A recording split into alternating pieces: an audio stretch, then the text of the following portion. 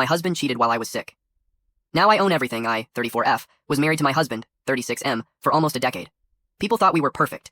We had the house, the cars, the vacations. What they didn't see was that while I was battling a serious autoimmune disorder, dragging myself through hospital visits and medications, my husband was working late with his secretary. I found out the worst possible way, through medical negligence. One night, I ended up in the ER and needed him to sign insurance paperwork. The nurse called him, and instead of rushing in, he said he was out of town on business. 2 hours later, his credit card statement betrayed him. Hotel charges? Same city. Same night. That's when I stopped being a patient wife and became a cold strategist. First, I called my lawyer cousin. In my state, infidelity is grounds for divorce and heavily impacts spousal support and division of assets. My cousin told me to quietly start gathering evidence, texts, call logs, receipts, even his late-night secretary overtime calendar invites. I had everything documented within weeks. Then I played the long game. I acted sweet, even let him believe I was too weak from treatment to suspect anything. Meanwhile, I consulted my doctor and lawyer, making sure every penny of my medical bills was tied to his insurance. If he wanted out, he'd be on the hook.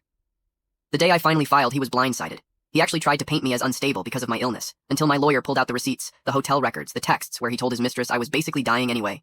The judge did not like that. I walked away with full ownership of the house, because I needed stability for my health. The Majo of our shared savings and retirement, since he was the guilty party. Court ordered coverage of my ongoing medical insurance until I remarry or secure a better policy. And best of all, spousal support, because apparently cheating on your sick wife doesn't look good in front of a judge. His secretary? She dumped him the moment she realized he wasn't the rich, free bachelor he pretended to be, just a broke guy with legal debt and medical bills attached. Now, he's renting a one-bedroom apartment, barely making ends meet. Me? I'm in my house, recovering, working part-time, and slowly rebuilding my life. The irony? The man who said he couldn't handle being married to someone sick now gets a paycheck reminder every month that he's financially tied to me for years. Cheating was his mistake. Thinking I'd be too weak to fight back was his downfall.